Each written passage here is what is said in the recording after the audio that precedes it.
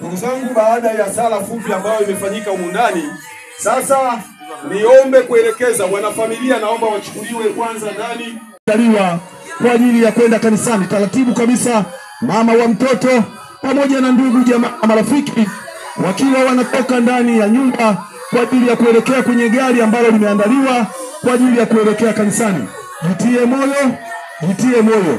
Taratibu kabisa, wanafamilia wakiwa wanatoka, naomba tuwaelekeze moja kwa moja, na naomba wote waombolezaji tusimame.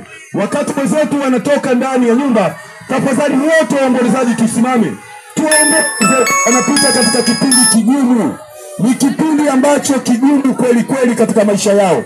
Taratibu kabisa, na mama wote muendelee kuwasindikiza, wasindikize kwenye gari, tuendelee kuwaombea, tuwatie moyo, tuwatie ujasiri, tuwape faraja ili waweze kufarijika ndani ya mioyo yao.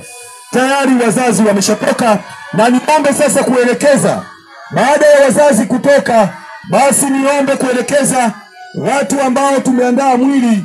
Basi taratibu kabisa, mwili wa mtoto wetu mara baada ya kuingia nyumbani kwa wazazi wake, nyumbani kwa baba yake na mama yake, kwa ajili ya kuja kuaga nyumba, kuja kuaga familia, kuja kuaga ndugu jamaa na marafiki, sasa mwili wake utolewe kwa ajili ya kupelekwa kwenye gari maalum la kijeshi kwa ajili ya kuanza safari ya kuelekea pale kanisani.